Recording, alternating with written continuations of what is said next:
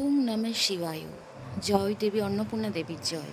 জয় শ্রীকৃষ্ণ ও রাধে রাধে। নমস্কার সকল সম্মানীয় দর্শক ও শ্রোতা বন্ধুদের রেমিজ ভার্সিন এই চ্যানেলের পক্ষ থেকে সকলকে সুস্বাগতম। আশা করছি ঈশ্বরের আশীর্বাদে আপনারা সকলেই ভালো আছেন, সুস্থ আছেন। আজ অন্নপূর্ণা পূজা। সকলকে জানাই অন্নপূর্ণা পূজার প্রীতি ও শুভেচ্ছা ও আন্তরিক ভালোবাসা।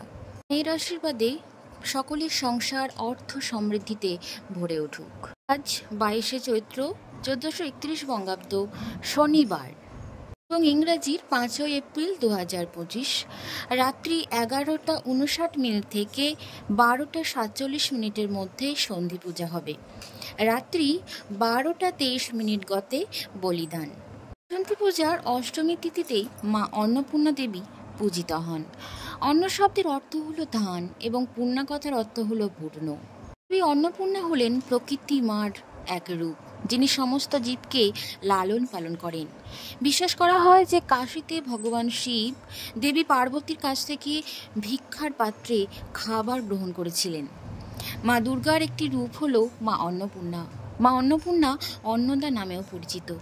মা অন্নপূর্ণাকে অন্নদাত্রীও বলা হয়। তিনি শক্তির এক অপর রূপ। তার এক হাতে থাকে অন্ন পাত্র এবং অন্য হাতে থাকে হাতা। বাসন্তী পূজার অষ্টমী তিথিতেই মা অন্নপূর্ণা দেবী পূজিত হন। অন্নপূর্ণা পূজা কোথায় প্রথমে সূচনা হয়েছিল, এর পিছনে লুকিয়ে থাকা এক পৌরাণিক কাহিনী রয়েছে। তার সম্পর্কে আজকের এই ভিডিওটিতে আলোচনা করব। আশা করছি আপনাদের সকলের ভিডিওটি ভালো লাগবে। মনোযোগ সহকারে দেখার অনুরোধ রইল। অন্নদাত্রী দেবী হলেন মা অন্নপূর্ণা। দেবী দুর্গার আরেক রূপ তিনি। দেবী দ্বিভুজা, গাত্রবর্ণ, ঈষৎ রক্তাভ। দেবীর বাম হাতে থাকে সোনার অন্নপাত্র, ডান হাতে থাকে চামচ বা হাতা। মাথায় বিরাজ করে অর্ধচন্দ্র। তিনি ক্ষুধার্ত মহাদেবকে অন্ন দান করেছিলেন। পুরাণ মতে চৈত্র মাসের শুক্ল অষ্টমী তিথিতে কাশীতে আবির্ভূত হয়েছিলেন দেবী। সেই সূত্র ধরেই এই তিথিতে দেবী অন্নপূর্ণার বাৎসরিক পূজা করা হয়। লৌকিক মতে দেবী অন্নপূর্ণার পুজো বঙ্গদেশে প্রথম প্রচলন করেছিলেন মহারাজ কৃষ্ণচন্দ্র রায়। এর পূর্বসূরি ভবানন্দ মজুমদার।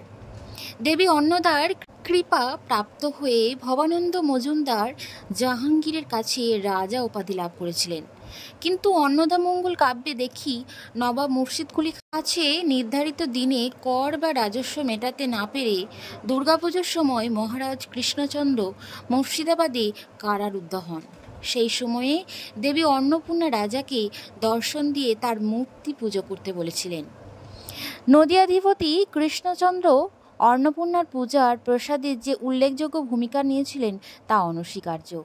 তবে তা মূলত সীমাবদ্ধ ছিল জমিদার মহলে এবং বনেদি এক পরিবারে। অন্নপূর্ণা পুজো বাংলার একটি প্রাচীন পুজো। এই পুজো এসেছিল কাশী থেকে। বাংলার সঙ্গে কাশীর যোগ বহুকালের। বাঙালির কাছে গয়া, কাশী, বৃন্দাবনের ভূমিকা নতুন করে বলার কিছু রাখে না। বারাণসী শুধু বাবা বিশ্বনাথের ধাম নয়, বাঙালির বার্ধক্যেরও ধাম হলো এই কাশী। সেকালে অধিকাংশ ধার্মিক বনেদি পরিবারের বিধবারা কাশীবাসী হতেন। আর এই কাশী হলো মা অন্নপূর্ণার অধিষ্ঠান ক্ষেত্র, শৈব এবং শাক্ত সংস্কৃতির অপূর্ব মিলনস্থল। মার্কণ্ডেয় পুরাণে কাশীখণ্ড দেবী ভগবতী ও অন্যান্য প্রাচীন গ্রন্থাদিতে কাশীর অন্নপূর্ণা সম্পর্কে নানা উপাখ্যান রয়েছে। এর মধ্যে উল্লেখযোগ্য হল কাশী প্রতিষ্ঠান কাহিনী। লোককাহিনী অনুযায়ী শিব যোগীরাজ হলে কি হবে? আদতে তিনি ভিক্ষুক, রোজগারের মুরদ নেই। রাজার দুলালি গৌরীর তাই একেবারে হাঁড়ির হাল। এই নিয়ে অরহর শিবদুর্গার কলহ। ক্ষোভে দুঃখে গৌরী একদিন চলে গেলেন বাপের বাড়ি। জয়া বিজয়া তাকে পরামর্শ দিলেন যে ভিখারি শিবকে জব্দ করতে হবে। সেই মোতাবেক দেবী জগতে সমস্ত অন্ন হরণ করলেন। শিব তখন খিদের চোট নাকাল। যেখানেই যান হা অন্ন করছেন খালি। শেষে লক্ষ্মীর পরামর্শে কাশীতে এলেন শিব। অন্নপূর্ণার হাত থেকে অন্ন খেয়ে পরিতৃপ্ত হলেন। কাশীতে স্বয়ং মহাদেবীর উদ্যোগে প্রতিষ্ঠিত হল দেবী অন্নপূর্ণার মন্দির। চৈত্র শুক্ল অষ্টমীতে শুরু হলো দেবীর পূজা।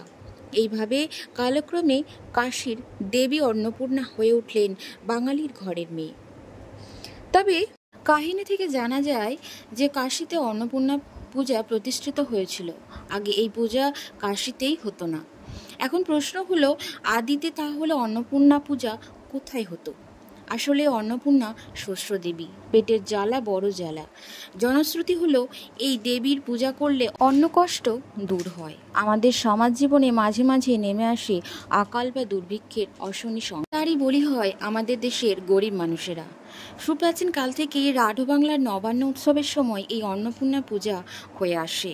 আজও গ্রামে গ্রামে নতুন ফসল তোলার পরই দেবীর হাতে ধানের পাকা শীষের গুচ্ছ দিয়ে পূজা করা হয়। কাশীর অন্নপূর্ণার সঙ্গে যার গভীর মিল রয়েছে, কাশীর মন্দিরেও শুধু পাকা ধানের গুচ্ছ বা শস্য দিয়েই দেবীর পূজা অর্চনা হতো। সুতরাং কোনো সন্দেহ নেই যে দেবী অন্নপূর্ণা মূলত রাঢ়বঙ্গের দেবী। এক সময় এই দেবীর পুজো কাশীতে নিয়ে গিয়েছিল বাঙালিরাই।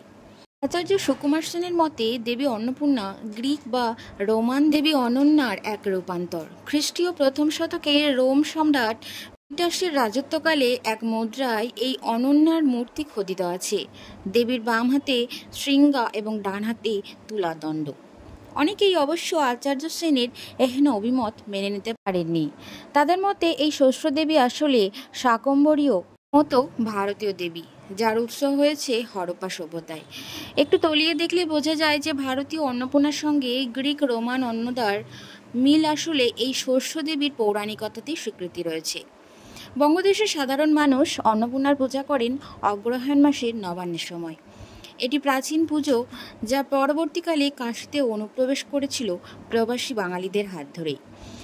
এদিকে কাশী প্রত্যাগত অবার্চনীয় অন্নপূর্ণা পূজা চৈত্র মাসের শুক্লাষ্টমীতে তিথিতে হয় মূলত জমিদার বা বনেদি বাড়িতে। পূজা হয় শাক্তমতে। নবান্নের সময় এই অন্নপূর্ণা পূজায় বলি পূজা হয় না, মূলত শ্রমজীবী মানুষেরাই এই দেবীর পূজা দিয়ে আসেন। অন্যদিকে অন্নপূর্ণার পূজা বনেদি বাড়িতে বা জমিদার মহলে। অন্নপূর্ণার প্রাচীন মন্দির বলতে ব্যারাকপুরে রয়েছে। রানী রাসমণির কন্যা জগদম্বা এই মন্দিরের প্রতিষ্ঠাতা।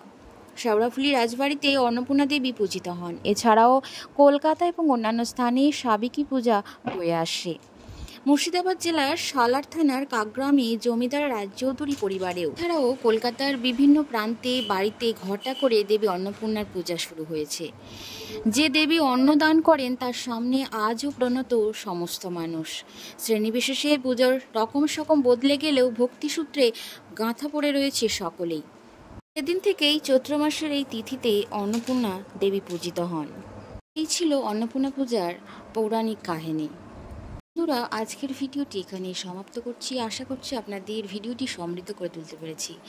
সকলে ভালো থাকুন, সুস্থ থাকুন। আবারও দেখা হচ্ছে আপনাদের সাথে পরবর্তী কোনো নতুন ভিডিও নিয়ে। নতুন বন্ধুরা অবশ্যই চ্যানেলটি সাবস্ক্রাইব করে পাশে থাকবেন। অনেক অনেক ধন্যবাদ ভিডিওটিতে এতক্ষণ জুড়ে থাকার জন্য।